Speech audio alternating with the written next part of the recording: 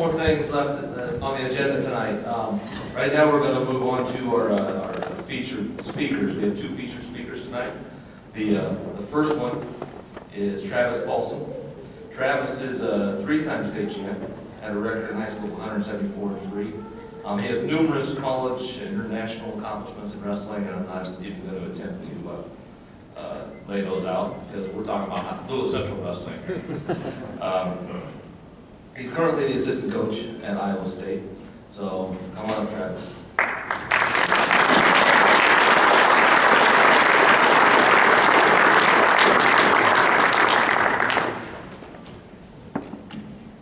Very thankful for the opportunity to speak tonight, but before I dive in deep to my speech, I had to clarify something. And this one's not about Trent, we'll get there. But we were known as being very competitive, but also it's all about sportsmanship. And my mom, God bless her, she was a mother to all the wrestlers, and we were at a elementary tournament, and Chad Davis, I saw him here earlier, lost in the finals, I think, close match, but didn't take his medal. And my mom brought this medal. It's about 20, 25 years old, but let's give Chad a round of applause. Let's give Chad a round of applause to come up and get this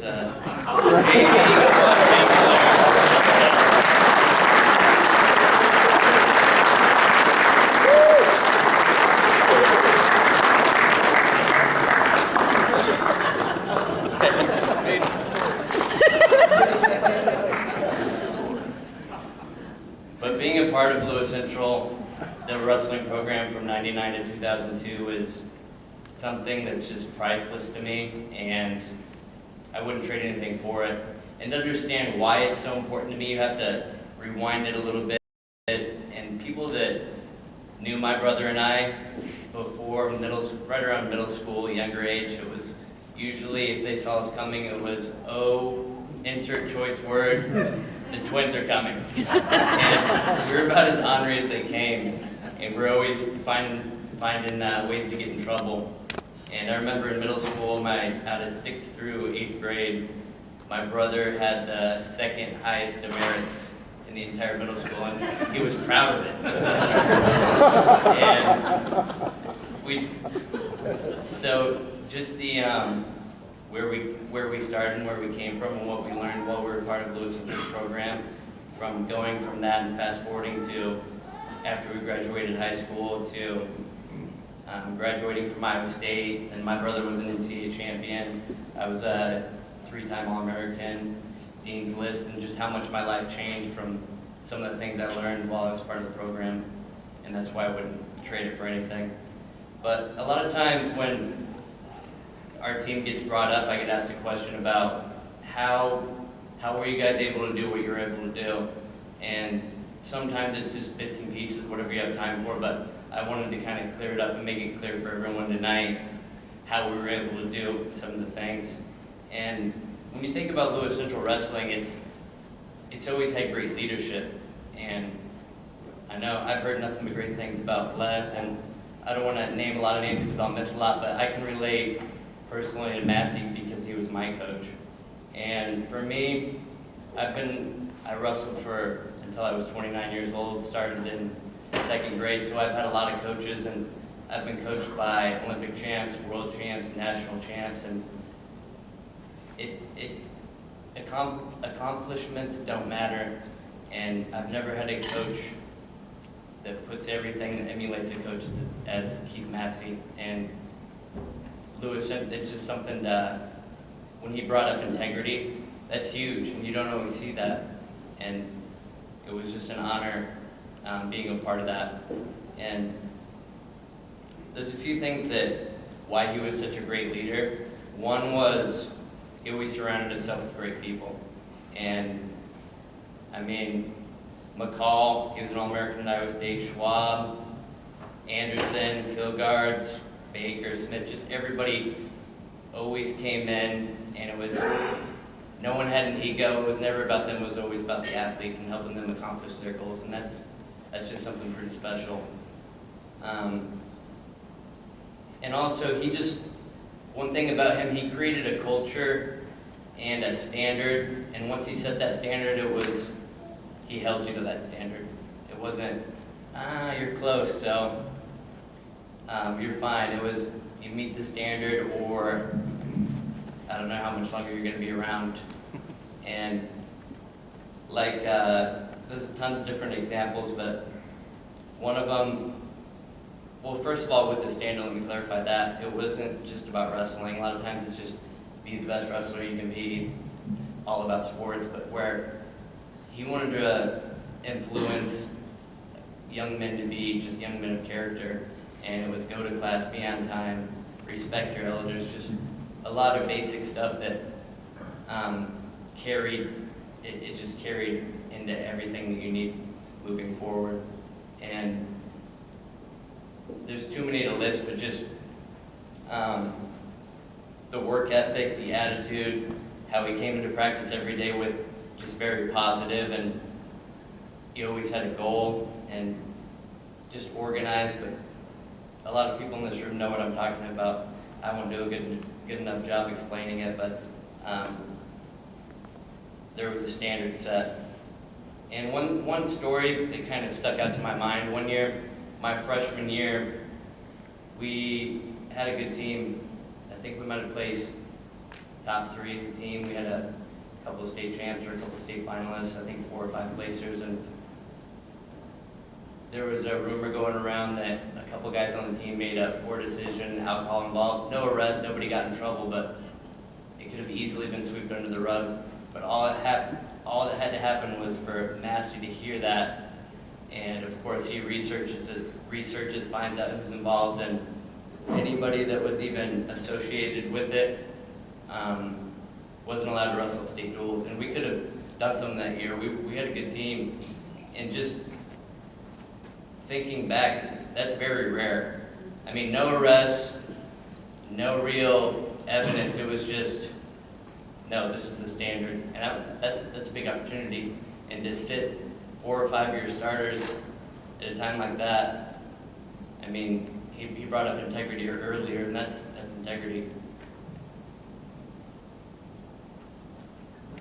One thing that stuck out to me with him too was just a never satisfied mindset. It was always evolve, and like I remember I'd come off a match, pinning a guy or scoring a lot of points on a guy thinking I did good, and he'd be, you missed this was there earlier, you missed a score here. It was never good job, it was you could be better, or you could have. And that's so refreshing because too many coaches put emphasis on wins and losses, and win, you're good, you lose, you suck. But it wasn't about, you could wrestle, all wrestlers know you could wrestle a good match and lose, or a bad match and win, but it wasn't about the wins and losses, it was about the process.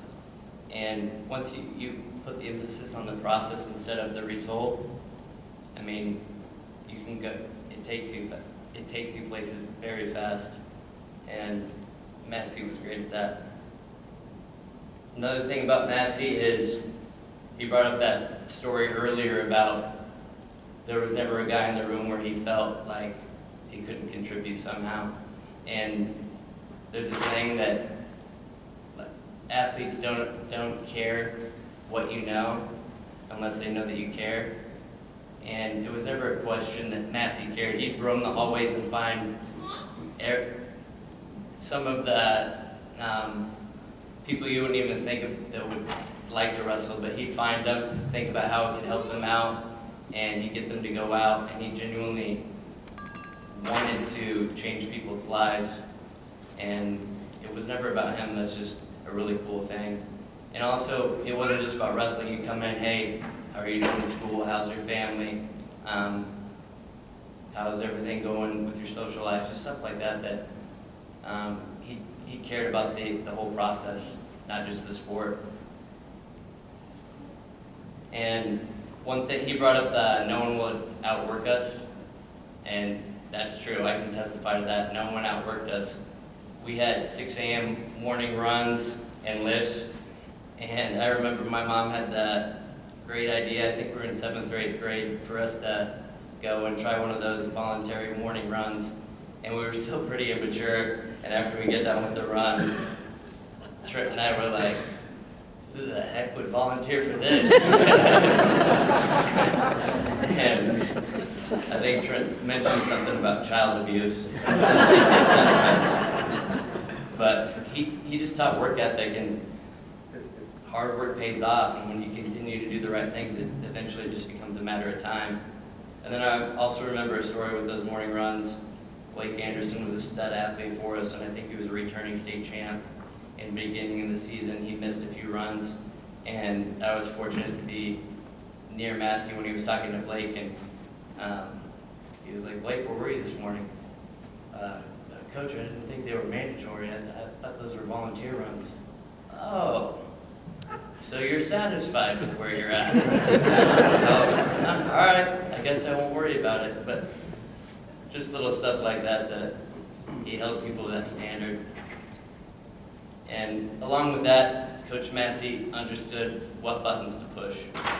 And even like one year, I remember we were dueling Harlan. They had a couple good guys, but we beat them pretty good the year before, and we were supposed to beat them pretty good again. But he'd find something like, yeah, we might have won last year in that duel, but they out-hand fought us. They beat the crap out of us in the tie. You're going to let that happen again? Are you going to respond?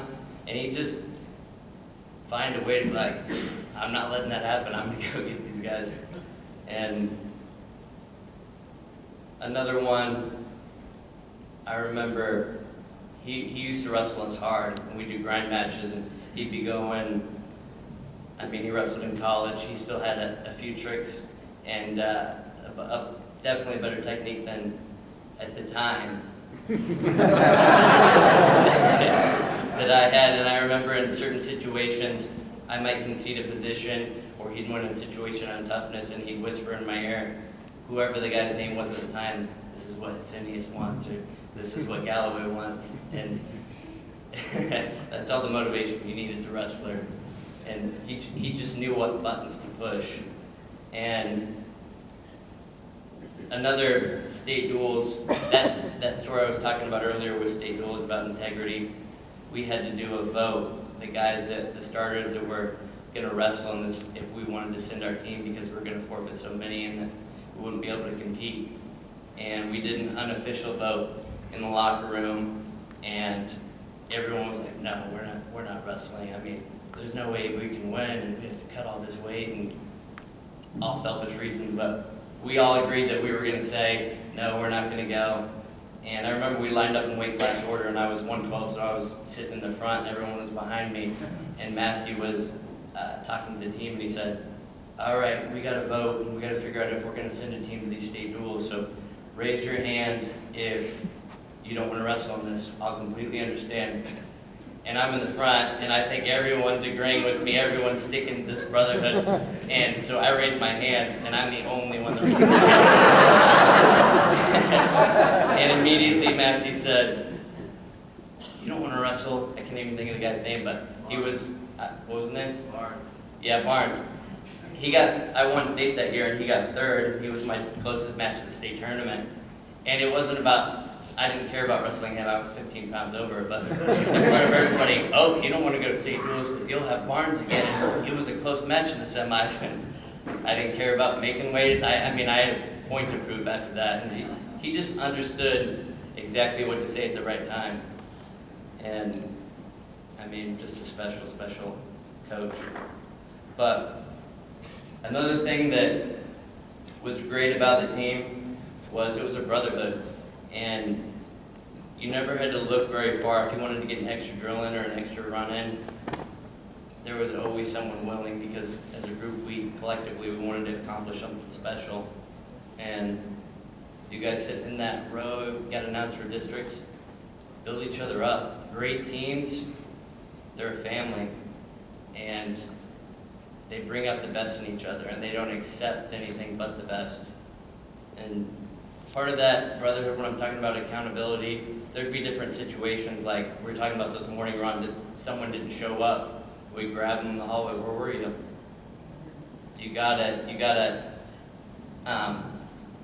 you got to hold people to that standard once it's created. And I remember, clear as day, I was wrestling Trent and just kicking the crap out of him. It wasn't close. And I remember grabbing him, getting right up in his face and saying, "We both know that you're not on my level, but you can at least fight. You can at least fight." And then I think kind of woke him up. But with our team too, nothing was given. My junior year, I tore my ACL, decided to try to wear a brace and compete that year. But I remember, I think, second week back, I was getting ready to get lined up, and I had a wrestle off with the returning state medalist. And then the next week, I had another wrestle off, but it was like, I was a returning state champ, but nothing was given because you gotta prove, you gotta earn your spot, you gotta fight for it. And it's not something I was upset about because in competition, they're not gonna take it easy on you. And so that's huge. Iron sharpens iron, and that's one thing that we did. We pushed each other, and we fought every day to take each other to that next level. And the last thing, we had great buy-in. And with that buy-in, we talked about coming into practice with a goal every day. And you can set long-term goals, but you'll lose sight if you don't set the plan to get there and talk about what you need to do each day to get there. And so going to practice with a goal of, maybe I was wrestling whoever, and you set a goal of getting 10 takedowns, or if you want to work on escapes, hey, I'm not going to give up, I'm not going to get ridden for longer than 20 seconds. You have to set goals every day, and that's where buy-in starts. And also coming in with an attitude. I know you've heard attitude is contagious, but it's huge how contagious it is. It literally can shape the chemistry of your team. If you come in every day with an attitude to put in work, then your teammates are going to have that same attitude. It's going to spread. Lastly, being coachable. Having the mindset to learn. And sometimes people get caught up about, oh, coach is yelling at me, coach is hard on me, but you have to have the maturity to understand what's the motivation behind what he's saying. He wants you to see you accomplish your goals, for you to be your best. And so never lose sight of that. And buy-in, I was told this story by Bobby Douglas. He was a great coach, and it kind of just, it's hard to explain what buy-in looks like, but this nails it. And there was a 19th century French tightrope walker. His name was Jean-Francis Blondin. I'm sure I butchered his name. But he was the first guy to walk across Niagara Falls. And it was a 1,100-foot rope, and he was 160 feet high above some dangerous rapids. And first time he did it with one of those beams where you balance, and they're like, who thinks I can do it without the beam? You can do it, you can do it. He did that. Who thinks I can do it blindfolded? You can do it, you can do it. He did that. And then the next thing was, who thinks I can do this pushing a wheelbarrow? You can do it, you can do it. Who thinks I can push someone in this wheelbarrow and go across? Oh, you can do it, you can do it. All right, I need a volunteer. And buying in is getting in that wheelbarrow. It's total commitment. It's whatever your coach is telling you to do, buy in, get in that wheelbarrow, believe in that system to your core, because that'll take you places. But it's been an honor. Go Titans.